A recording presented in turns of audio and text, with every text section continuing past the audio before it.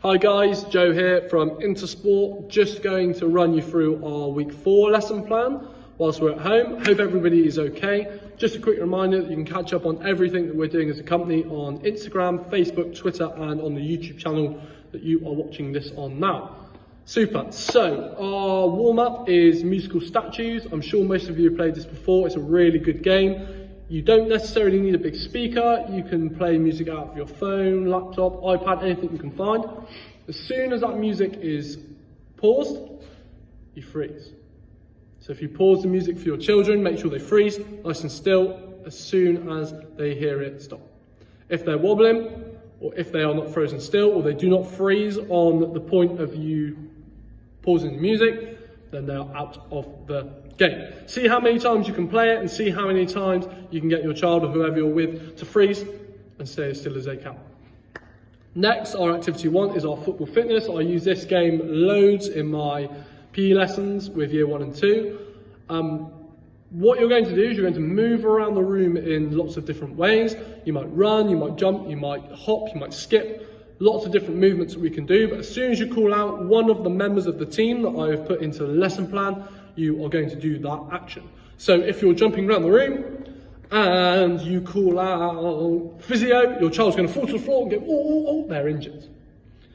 Next, you could jump up, you could start running around. You could be running around for 10, 15, 20 seconds, however long you want. As soon as you call crowd, your child's going to run as fast as they can and celebrate like they are in the crowd at a football match.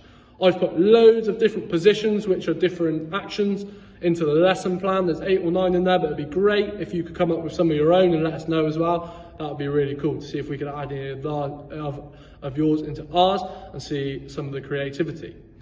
Next is Body Ball. It's another game I play in my PE lessons that I think is really, really good.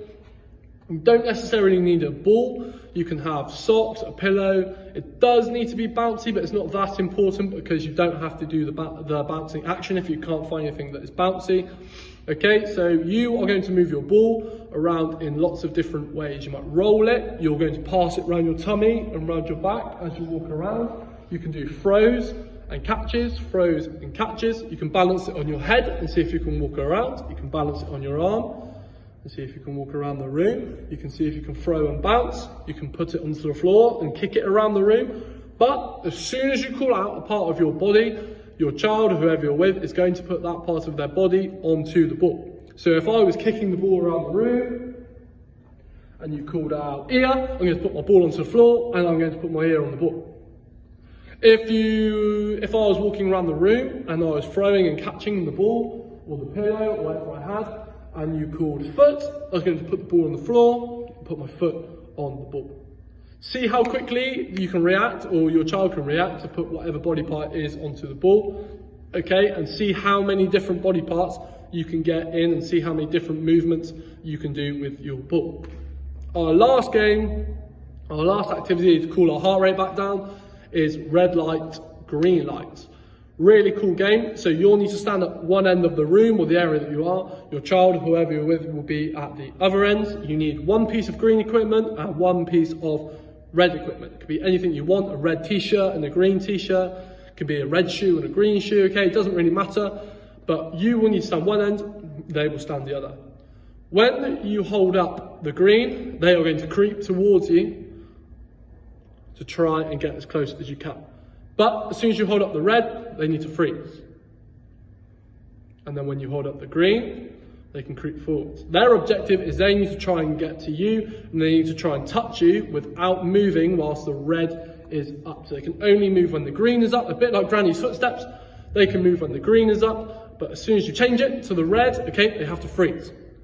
If you see them moving whilst you've held up the red, they go back to the start. But if they get all the way to you on the green and they have not moved whilst the red's up, then they win the game. This is a really good one because you can change over and they can do the red and the green light and you can have a go as well. Okay, it's a bit of fun to finish our lesson. Hope everyone's okay, and that was our week 4 lesson plan. All of it's online and you can catch up on everything that we're doing, like I said at the start. Thank you very much.